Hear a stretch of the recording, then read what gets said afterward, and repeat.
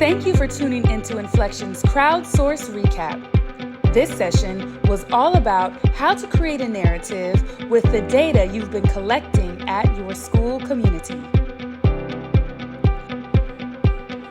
Keep watching for key insights presented by Joanne Holquist, a co-pilot with Inflection's coaching program.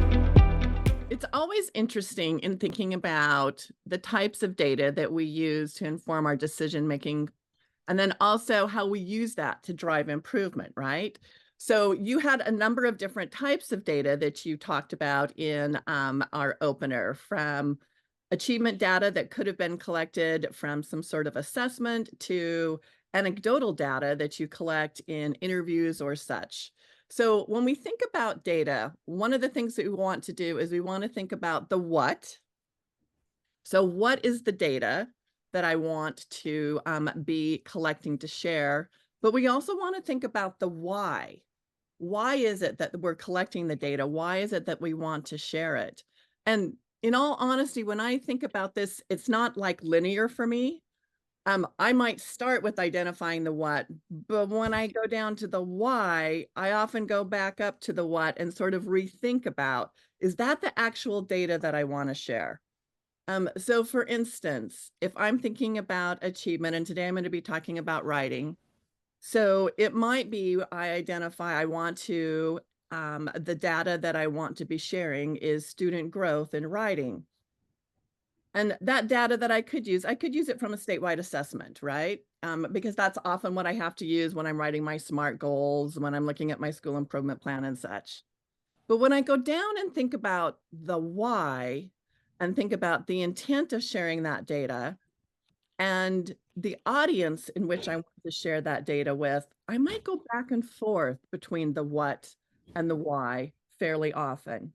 So while data like grades and attendance and high-level assessments like our state testing should be used to inform our decision making, sometimes I want to think about that system-wide decision that I'm making, and I want to look at more of that holistic data to share.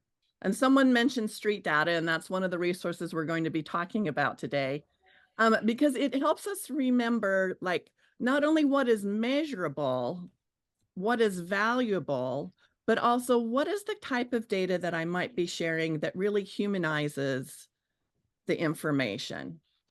Um, Street data is one of the resources that I mentioned. We're going to be sharing just bits and pieces of. If you're not familiar with the resource, I highly recommend it.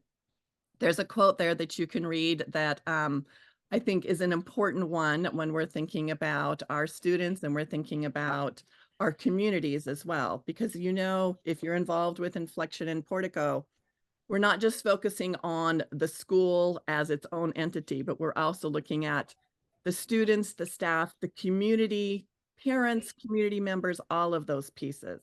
Um,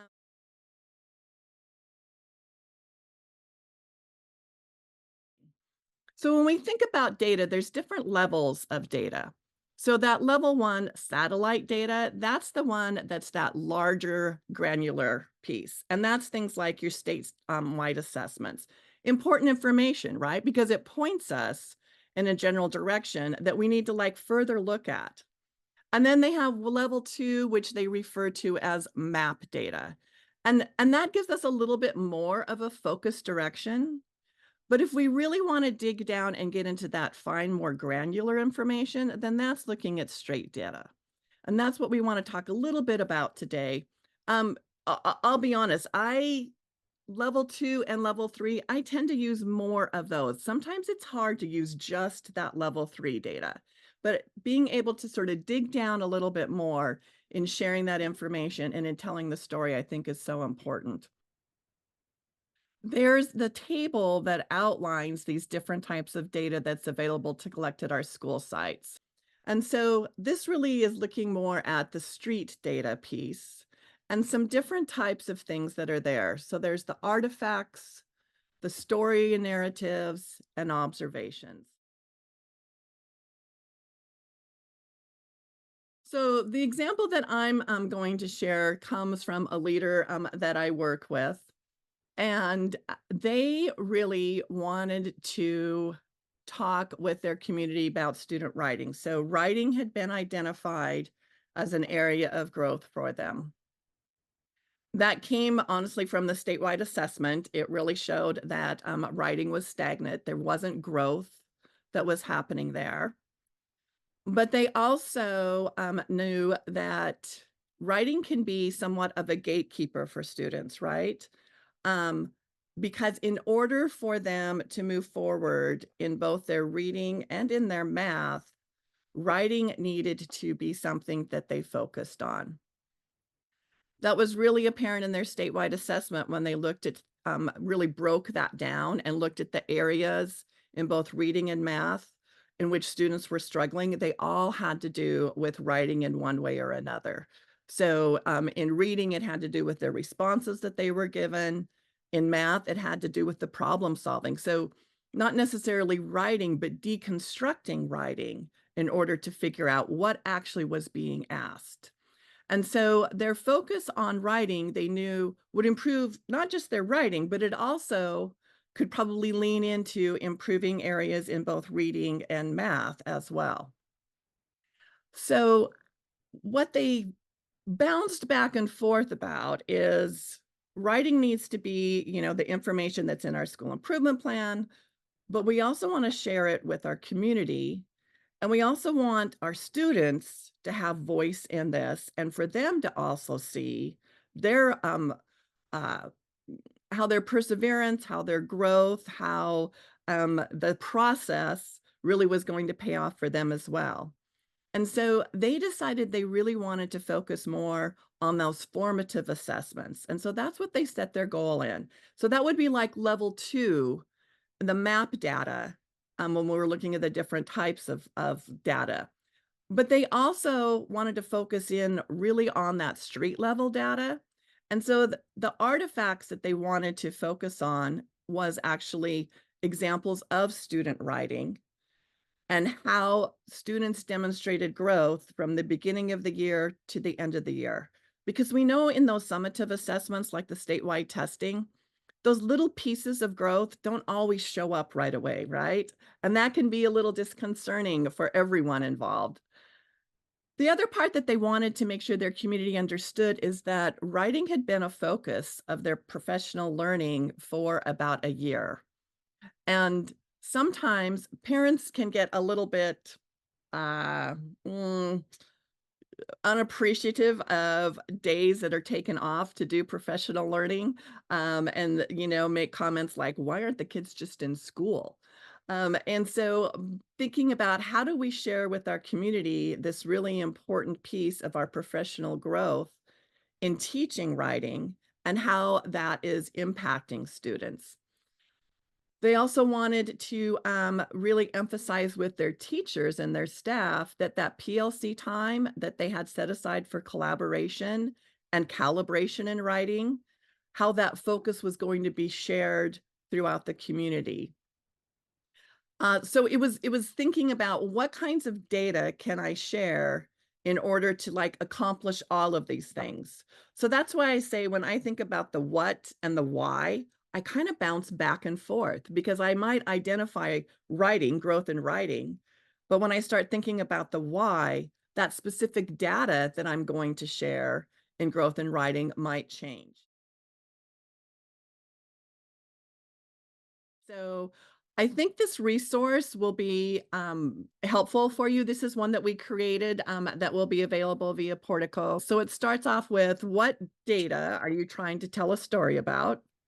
And then the why. How does that collect to your school's identity as well as the shared vision for readiness? And if you're part of the Portico community, you know that shared the student's identity and shared vision for readiness are anchors. Like those are the two pieces that we're always reflecting and going back with when we're thinking about any types of information that we're collecting for our schools or any goals that we're setting for our schools or any changes that we're looking at.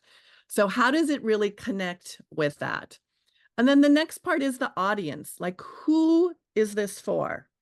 Sometimes it's for my school improvement plan, right? And so I might have to have a SMART goal and all of those pieces. But if my audience is also my community, then I'm going to be thinking about that as well. So who's going to be looking at this data? And then probably the parts that you'll spend even more time is the communication. How are you going to communicate that data? And as I mentioned earlier, back when I was in a Title I school, communicating the data, I had a beautiful PowerPoint that I don't think anybody really paid much attention to.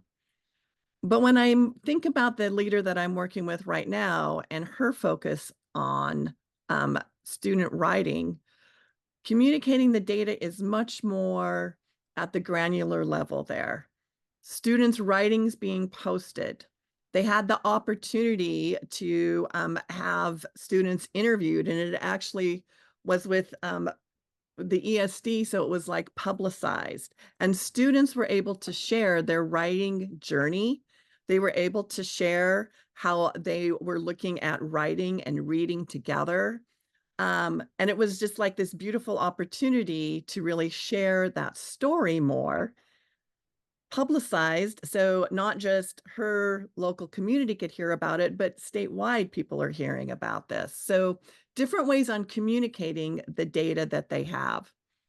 And then this is one piece that honestly, I think we neglect a little bit, the steps, like what is the expected action step?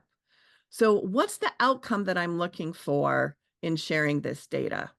What do I hope to have happen? Obviously, I want my students to demonstrate growth in writing, right? But what else am I hoping to see? I'm hoping in the example that I gave about the school district, I'm hoping to see teachers really increase their instructional level around writing, not just during the writing piece, but in all aspects of their core curriculum.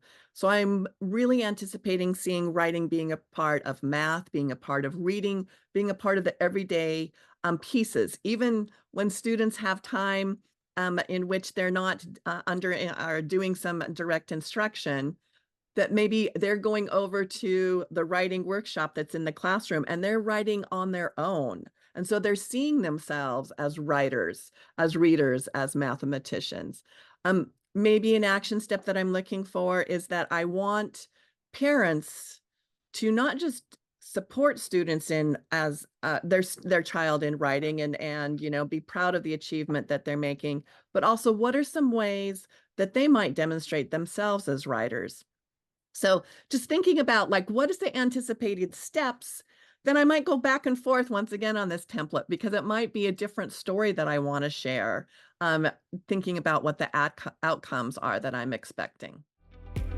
Thanks for watching. For more resources on data collection and storytelling, visit portico.inflection.org and be sure to keep your eye out for our next crowdsource.